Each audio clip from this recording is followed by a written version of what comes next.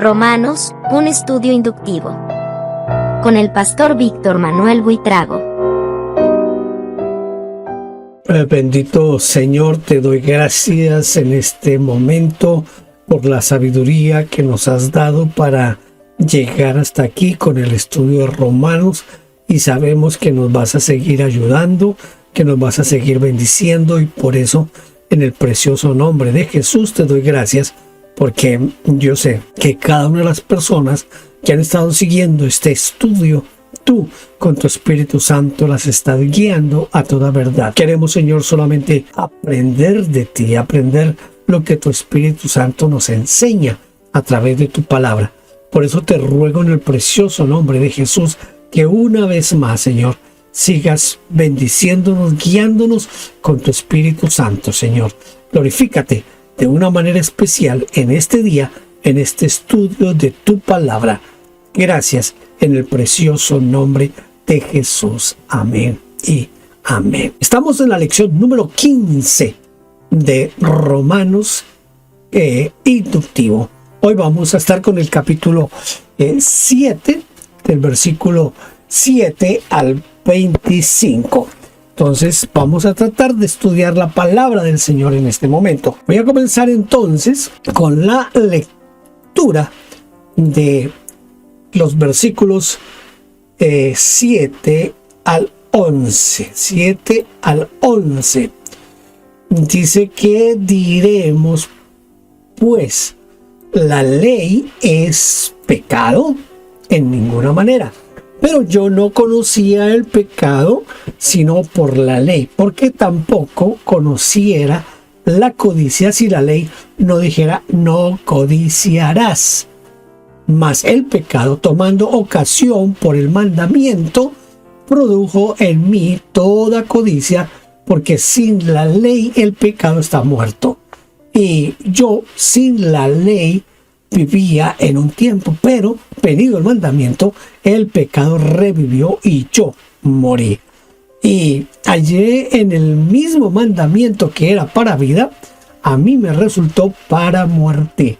Porque el pecado, tomando ocasión por el mandamiento, me engañó y por él me mató. Por él me mató. ¿Dónde se encuentra, en qué lugar se encuentra en la Biblia el mandamiento no codiciarás? Bueno, ese mandamiento se encuentra pues en el libro del Éxodo, ¿verdad? Pero ¿por qué la codicia viene a ser un pecado? En Éxodo 20:17 dice: no codiciarás la casa de tu prójimo, no codiciarás la mujer de tu prójimo, ni su siervo, ni su criada, ni su buey, ni su asno, ni ninguna otra cosa alguna de tu prójimo. Este deseo es un pecado, no porque sea un deseo, sino porque está orientado a arrebatar lo ajeno. Es pecaminoso porque desplaza al prójimo y quiere ocupar el lugar de él. Es pecaminoso porque no ama al prójimo, sino que lo posee. Entonces aquí tenemos algo que es un poco interesante, como para que hagamos un poquito de énfasis. Supongamos que usted quiere una casa, ya sea que usted no tiene casa y quiere por primera vez una casa, o sea que usted quiere cambiar de casa y entonces ve una casa que como que llena esos anhelos, esos deseos que usted tiene en su casa, y usted de pronto explorará cómo sería bueno que esa fuera mi casa. En ese caso no es pecado, porque usted lo está deseando en el sentido de querer despojar al dueño de su casa para usted quedar con su casa. Igual puede pasar con un teléfono celular, con un computador, con un carro. El asunto no es tanto el admirar, el querer tener algo, sino más bien es cómo lo espero lograr, con qué medios lo quiero lograr. Usted tal vez recuerda la historia que nos relata la Biblia sobre Acab. El rey Acab vio una viña, la viña de Nabot, y entonces él quiso tener esa viña. Entonces él se ofreció a Nabot, le dijo, yo le compro la viña. Nabot le dijo, no, porque esta es una herencia y no la voy a vender. Pero entonces los medios por los que obtuvieron la viña, ahí no está el problema. Yo creo que nosotros podemos tener ciertas cosas, pero sin que esto implique que yo voy a hacerle daño a mi prójimo para obtenerla, ya sea robándoselas, arrebatándoselas, yo no sé de qué mil maneras, engañándolo. Eso es lo que es incorrecto. No dejemos que nuestra vida sea llevada por ese aspecto, ¿verdad? Porque eso sí es triste y lamentable. ¿Por qué medio se da uno cuenta a pecado? ¿Por qué medio? Uno descubre que es pecador por medio de la ley. La ley nos muestra el pecado y al mostrarnos el pecado, pues entonces ya nos condena. La ley es como ese médico que descubre el cáncer en nuestro cuerpo. Un día el médico nos dice, usted tiene cáncer. Entonces la ley es algo así como el médico que descubre ese cáncer en nosotros y nos dice, hey, usted tiene cáncer. Nosotros no lo sabíamos hasta el momento en que el médico nos dijo que teníamos cáncer. Ese conocimiento nos lleva a la conciencia de nuestra propia destrucción. El conocimiento no nos sana, solamente agrava el mal porque nos hace sensibles a nuestra propia situación. Ahora, nos podemos hacer aquí la pregunta, ¿fue culpa del médico que tuviéramos cáncer? No fue culpa del médico, de ninguna manera puede ser culpa del médico. Pero nosotros no sabíamos, no conocíamos hasta que el médico nos dijo que estábamos enfermos, que teníamos cáncer. Entonces note como el ejemplo aquí es mostrarnos a nosotros que la ley en sí no es el problema, que por ejemplo en este asunto del cáncer, pues yo no soy oncólogo ni nada de eso y no pretenderé ser oncólogo nunca, pero por lo que uno ha escuchado, el cáncer se produce por ciertas cosas que nosotros no cuidamos en nuestra manera de alimentarnos o nuestras costumbres. Por ejemplo, una persona que fuma, pues está adquiriendo un cáncer en su garganta, en sus pulmones. Una persona que no se alimenta bien está adquiriendo una cantidad de enfermedades. El cáncer no nos lo producimos nosotros a propósito, sino por ciertas cosas que dejamos de hacer o hacemos en extremo. Pero también el cáncer viene por ciertas cosas hereditarias. Entonces, ¿qué es lo que quiero mostrar aquí? Que el médico no tiene culpa de mi cáncer. Que yo en cierta manera hasta no podría tener culpa de mi cáncer. Pero tengo el cáncer. ¿Qué fue lo que hizo el médico? El médico con exámenes descubrió que yo tenía cáncer y ahora me dice, don Víctor Manuel, usted tiene cáncer. Eso es lo que hace la ley. La ley lo que hace es mostrarnos lo que está dentro de nosotros. El pecado. Eso es lo que hace la ley con nosotros. No es porque en sí la ley sea mala ni cosas como esas, sino más bien es que la ley nos muestra el pecado que está dentro de nosotros. Si los mandamientos de Dios fueron dados para nuestro bien, ¿por qué nos hacen tanto mal? La culpa no es de los mandamientos, no, de ninguna manera, sino del pecado.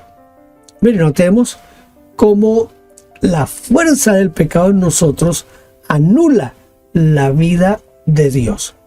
El mismo mandamiento que era para vida, a mí me resultó para muerte, porque el pecado, tomando ocasión por el mandamiento, me engañó y por él me mató. De esta manera, los mandamientos producen por medio del pecado el deseo de quebrantarlos. Las uvas robadas pueden ser más sabrosas. Todo lo prohibido nos atrae, nos seduce. Es igual que a Eva, allá en el huerto del Edén, que fue atraída por las bondades del fruto prohibido. La Biblia dice, y la mujer vio que el fruto era árbol hermoso y codiciable y le dieron ganas de comerlo. Esto dice Génesis 6:3. Entonces todo lo prohibido como que nos seduce, como que nos atrae.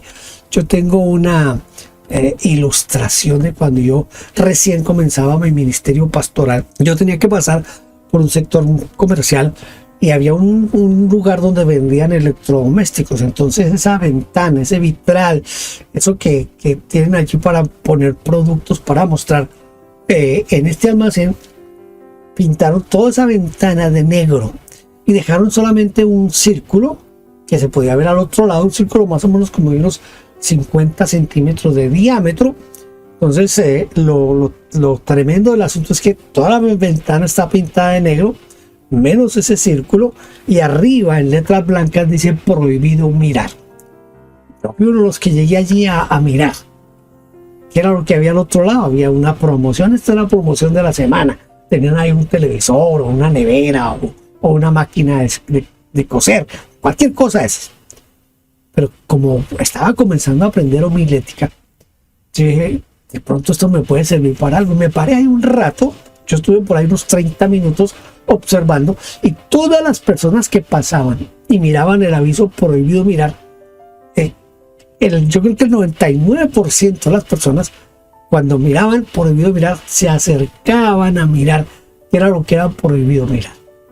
Lo prohibido nos atrae, no entiendo por qué, pero lo prohibido nos atrae, ¿verdad? Vamos a leer ahora en Romanos capítulo 7, versículos 12 y 13. De manera que la ley a la verdad es santa y el mandamiento santo, justo y bueno. Luego lo que es bueno vino a ser muerte para mí en ninguna manera, sino que el pecado, para mostrarse pecado, produjo en mí la muerte por medio de lo que es bueno, a fin de que por el mandamiento el pecado llegase a ser sobremanera pecaminoso. ¿Qué efecto producen los mandamientos, las órdenes, las cosas que a veces nos traen a nosotros en el pecado, especialmente los mandamientos? ¿Qué efecto es el que producen los mandamientos en el pecado? Pablo dijo que el mandamiento saca a luz el pecado. El pecado, para mostrarse como pecado, produjo en mí la muerte por medio de lo que es bueno, a fin de que por el mandamiento el pecado llegase a ser sobremanera pecaminoso.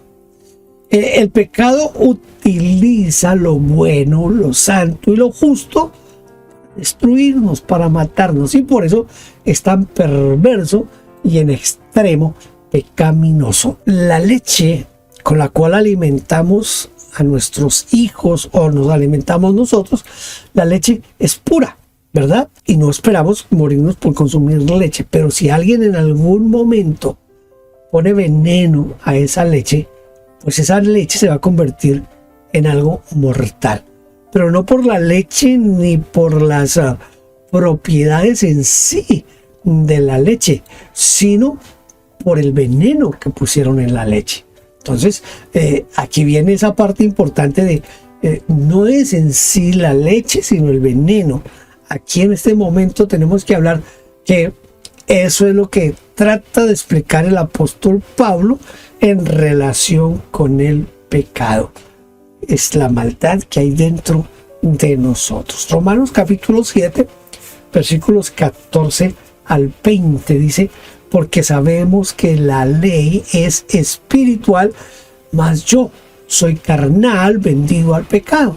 Porque lo que hago no lo entiendo, pues no hago lo que quiero, sino lo que aborrezco, eso hago. Y si lo que no quiero, esto hago, apruebo que la ley es buena.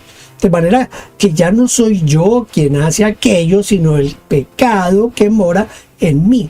Y yo sé que en mí, esto es en mi carne, no mora el bien. Porque el querer el bien está en mí, pero no el hacerlo. Porque no hago el bien que quiero, sino el mal que no quiero, eso hago. Y si hago lo que no quiero, ya no lo hago yo, sino el pecado que mora en mí.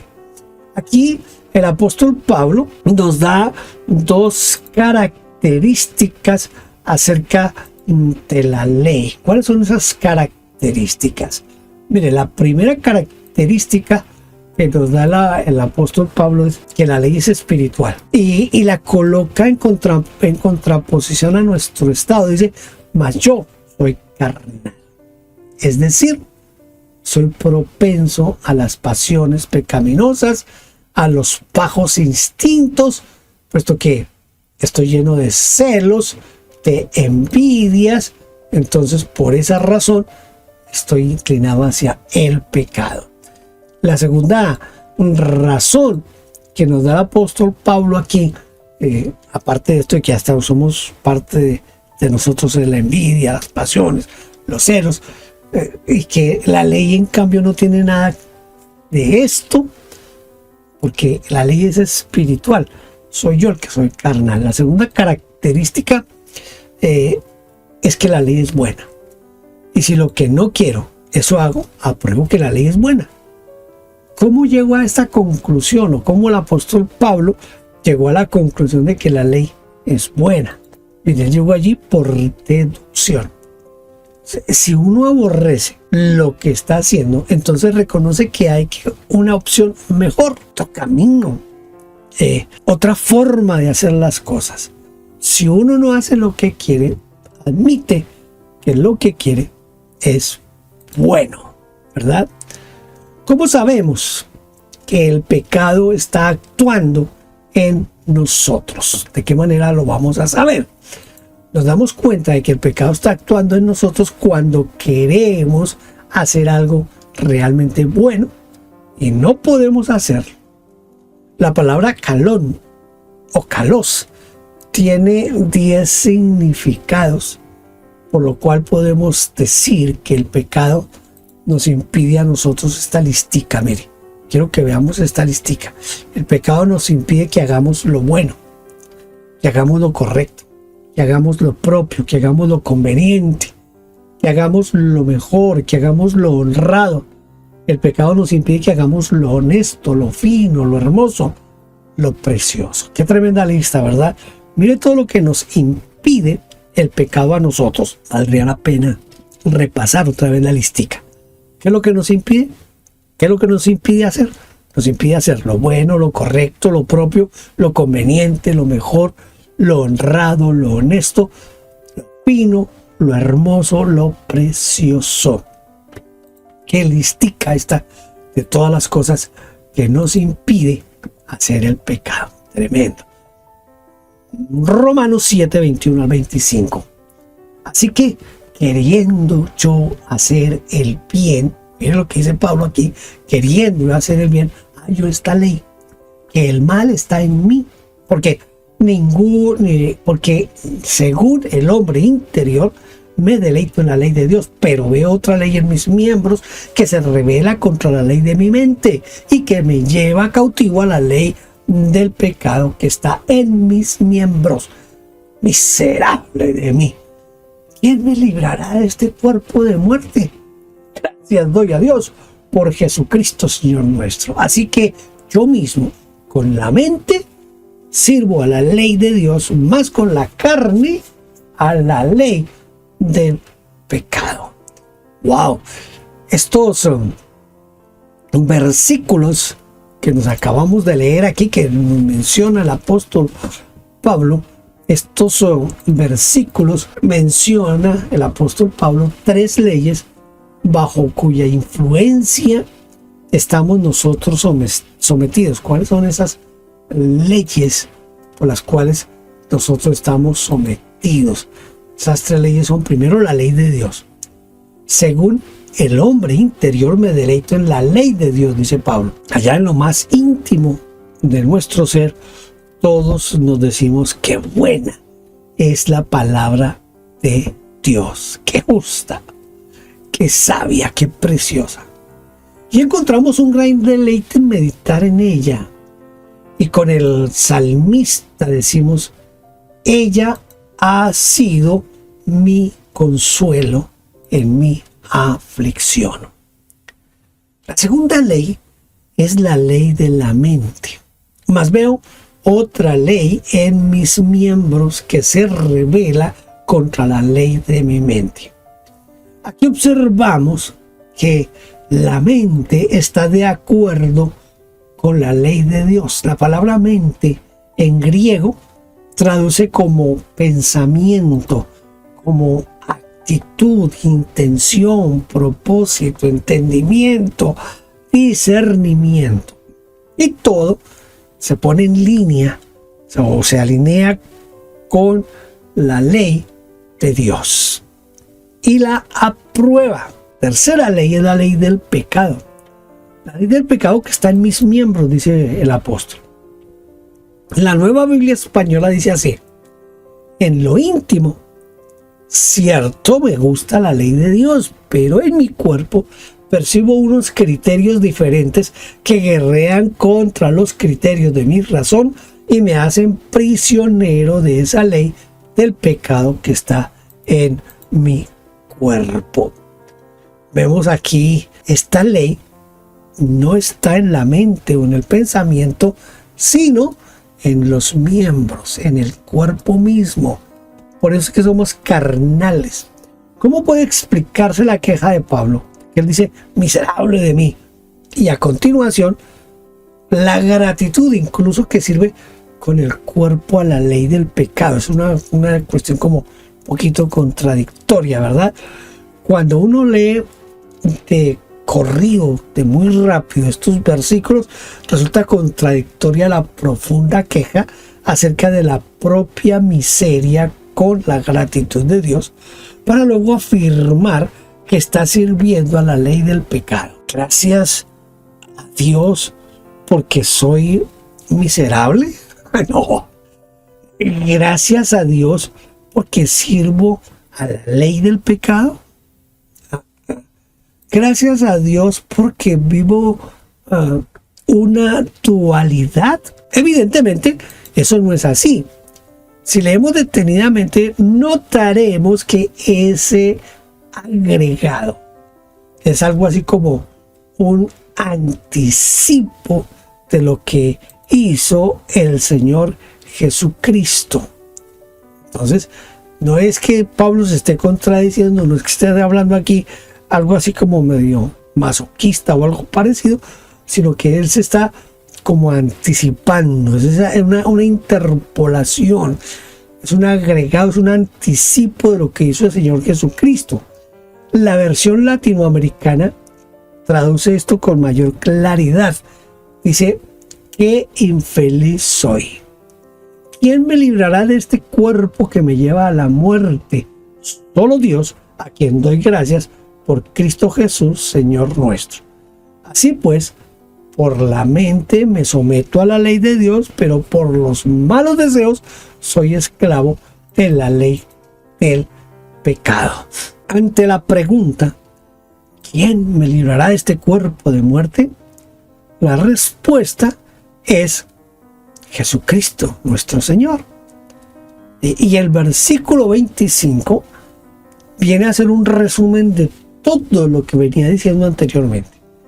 Nada tiene que ver con él. Gracias a Dios.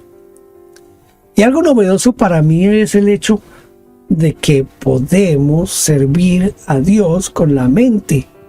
Dice, con la mente le sirvo a Dios. Con el pensamiento o con el razonamiento servimos a nuestro Dios. Dice, apruebo lo mejor. Dios se vale de nuestra razón, de nuestros pensamientos, de nuestra lógica, de los argumentos, de la creatividad, de los esquemas y de todo lo que nuestra mente es capaz de concebir para su servicio y para promover su reino. Ahora, cuando por medio de Jesucristo somos liberados del poder del pecado, cuando ya no estamos bajo la ley del pecado, cuando nuestro cuerpo queda libre, ¿qué ocurre con la mente? Se une al cuerpo para hacer la voluntad de Dios. Y así uno puede decir, con la mente sirvo a Dios y con el cuerpo también. Esto lo vamos a ver un poquito más detallado en la siguiente lección, en el siguiente estudio. Con la mente sirvo a Dios y con el cuerpo también. Esta es lo que algunos han llamado la dicotomía paulina y que ha dado para cantidades de postulados y de formas de pensar en lo relacionado al pensamiento paulino del pecado, y algunos lo han tomado por el lado que no es. Por eso es muy importante en la próxima lección, cuando entremos a hablar de la vida en el Espíritu. Por ahora vamos a tratar de memorizar nuestro texto de esta lección. Vamos a tratar de memorizar Romanos 7, el versículo 25, la segunda parte del versículo 25, que dice: así que yo mismo con la mente sirvo a la ley de Dios. Así que yo mismo con la mente sirvo a la ley de Dios. Fácil, ¿verdad? Así que yo mismo con la mente sirvo a la ley de Dios. Romanos 7:25. Gracias por haber estado conmigo aquí en esta lección número 15 de Romanos. Espero verlo en la lección número 16. Dios le continúe bendiciendo, porque las bendiciones de Dios son cada día mejores. Cada día traen sus propias misericordias. Por eso, gracias a Dios, porque Él nos bendice cada día. Y yo anhelo y deseo que Dios lo bendiga a usted cada día más y más. Hasta la próxima. Gracias por vernos. Déjenos su huella suscribiéndose y comentando. No olvide campanita y compartir. Dios le bendiga.